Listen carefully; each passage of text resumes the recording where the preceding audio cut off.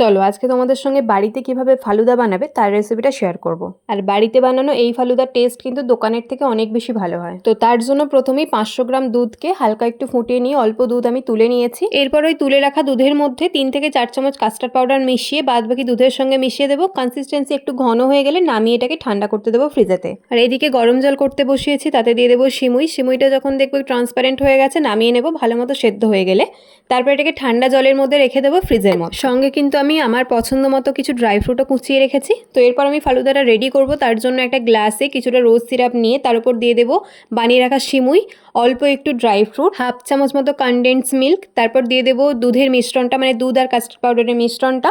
ওপর থেকে আবারও সেম প্রসেসে সাজিয়ে নিয়ে সব শেষে ওপর থেকে দেবো আইসক্রিম। তো আমি এখানে ভ্যানিলা আইসক্রিম ব্যবহার করেছি, তোমরা তোমাদের পছন্দ মতো যে কোনো ফ্লেভার নিতে পারো। তো এটাকে তোমরা তোমাদের পছন্দ মতো যেভাবে হোক সাজাতে পারো। এটা কিন্তু খেতে ভীষণ ভালো হয়, বানিয়ে দেখতে পারো। আজকের মতো টাটা।